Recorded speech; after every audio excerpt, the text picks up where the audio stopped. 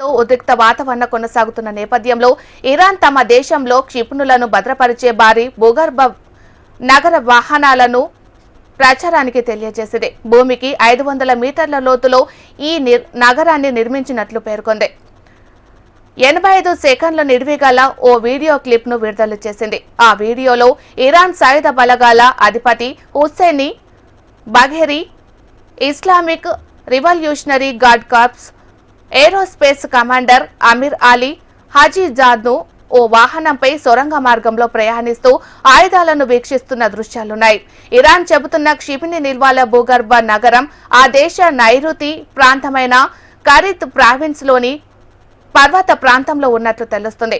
ఈ ప్రావిన్స్ కు ఉత్తరాన కొండలు పర్వతాలు ఉండగా దక్షిణాన మైదాన ప్రాంతం మారిదిగా ప్రాంతాలున్నాయి. కరాన్, కర్ఖేఫ్, జరాహి, మారన్ నదులు ఈ ప్రావిన్స్ మీదుగా ప్రవహిస్తున్నాయి.